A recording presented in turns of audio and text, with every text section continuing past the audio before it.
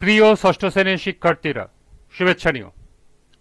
আজকে আমি তোমাদের 2025 সালের বাংলা বিষয়ের নতুন বই চারুপাঠ থেকে কবিতা সপ্তম অধ্যায় বাঁচতে দাও এর অনুশীলনী থেকে সৃজনশীল প্রশ্নের সমাধান করে দেব। প্রথমে তোমাদের বলবো, যারা আমার চ্যানেলটি সাবস্ক্রাইব করো নাই তারা আমার চ্যানেলটি সাবস্ক্রাইব করবে এবং আমার সাথে থাকবে। তাহলে চলো আমরা ক্লাস শুরু করি। বাঁচতে দাও অনুশীলনীর সৃজনশীল প্রশ্ন 1। খাল বিল নদীনালা আর পুকুরে ভরা এ দেশ। ছোটবেলায় গ্রামের খাল বিল পুকুরে সাঁতার কাটা শিখেছিলেন নাজির সাহেব। সন্তানদের নিয়ে তিনি এখন শহরে বাস করেন। গ্রামের বাড়িতেও আগের সেই খাল বিল পুকুর নেই। সন্তানদের সাঁতার কাটা শেখাতে পারছেন না।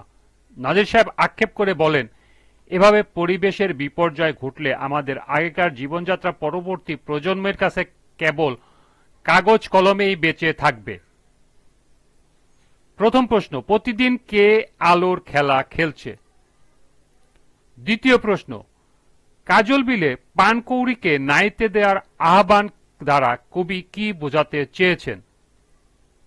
তৃতীয় প্রশ্ন, উদ্দীপকের সাঁতার কাটার সঙ্গে বাঁচতে দাও কবিতার শিশুর কাজটির সদৃশ্য ব্যাখ্যা করো।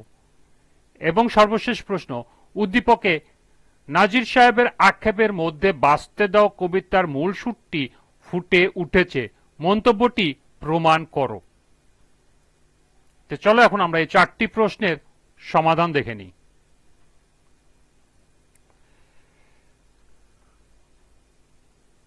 প্রথম প্রশ্ন ছিল, প্রতিদিন কে আলোর খেলা খেলছে? প্রতিদিন জোনাক পোকা আলোর খেলা খেলছে। দ্বিতীয় প্রশ্ন ছিল, কাজল বিলে পানকৌড়িকে নাইতে দেওয়ার আহ্বান দ্বারা কবি কি বোঝাতে চেয়েছেন?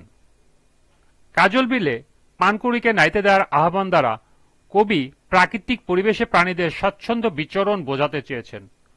প্রকৃতির একটি অংশ হল বিল ঝিল। কাজল বিল গহীন জলে পানকৌড়ি যখন মনের সুখে সাঁতরে বেড়ায় অথবা ডুব দেয়, তখন চারপাশের সজীব ও সুন্দর হয়ে ওঠে এবং পরিবেশের ভারসাম্য বজায় থাকে।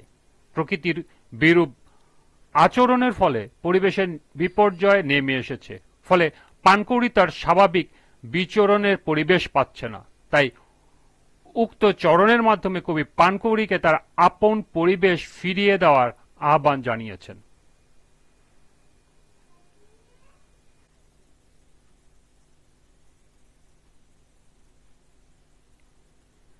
তৃতীয় প্রশ্ন ছিল, উদ্দীপকের সাঁতার কাটার সঙ্গে বাঁচতে দাও কবিতার শিশুর কাজটির সদৃশ্য ব্যাখ্যা করো। উদ্দীপকের সাঁতার কাটার সঙ্গে বাঁচতে দাও কবিতা শিশুর কাজের সদৃশ্য হল প্রাকৃতিক সৌন্দর্য উপভোগ। বাঁচতে দাও কবিতায় কবি শামসুর রহমান প্রকৃতির রূপ ও ঐশ্বর্য রক্ষার বিষয়ে অত্যন্ত সচেতন, কারণ প্রকৃতি ও পরিবেশ মানুষের বেঁচে থাকার প্রধান আশ্রয়। একটি শিশুর স্বাভাবিকভাবে বেড়ে ওঠার সঙ্গে তার চারপাশে সুস্থ পরিবেশের গভীর সম্পর্ক রয়েছে। এই প্রক্রিয়া যাতে চালু থাকে এবং মানুষের অস্তিত্ব যাতে বিপন্ন না হয়, তার হাত থেকে রক্ষা পায়, তা কবি কামনা করেন।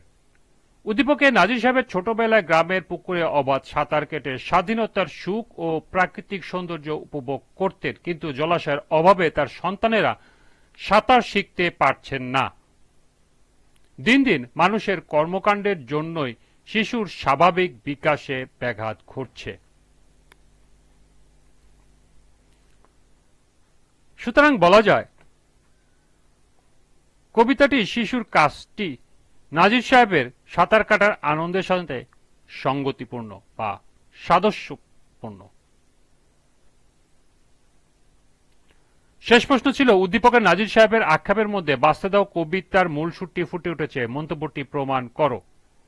উদ্দীপকের নাজির সাহেবের আক্ষেপের মধ্য দিয়ে বাঁচতে দাও কবিতার মূল সুর মানুষের অস্তিত্বকে বিপন্নের হাত থেকে রক্ষা করার সঙ্গে গভীরভাবে সম্পর্কিত।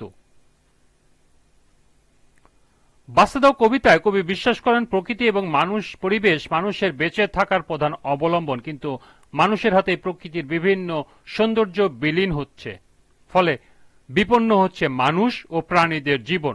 অথচ একটি শিশুর স্বাভাবিক বিকাশের সঙ্গে তার চারপাশের পরিবেশের বিভিন্ন নিয়ামকগুলোর গভীর সম্পর্ক রয়েছে। পৃথিবীতে যদি ফুল পাখি না থাকে, সবুজ শ্যামল প্রকৃতি যদি ধ্বংস হয়ে যায়, তাহলে শিশুর স্বাভাবিক বিকাশ বাধাগ্রস্ত হবে, মানুষের অস্তিত্ব হবে হুমকির সম্মুখীন। নাজির সাহেব ছোটবেলায় গ্রামে যে সাঁতার কাটা শিখেছিলেন, ময়লা আবর্জনায় দিন দিন পরিপূর্ণ হচ্ছে নদী নালা, খাল বিল। গ্রাম বা শহরে প্রকৃতি আজ হুমকি স্বরূপ। শহর থেকে ছেলেমেয়েরা তা শেখাতে পারছেন না বলে পরিবেশ বিপর্যয়ের জন্য আক্ষেপ করেছেন।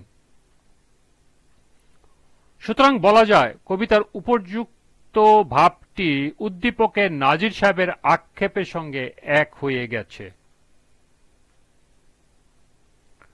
এই ছিল ১ নং সৃজনশীলের ৪টি প্রশ্নের সমাধান। আজকের ক্লাসটি এ পর্যন্তই। পরবর্তী ক্লাসে ২ নং সৃজনশীলের সমাধান করে দেব।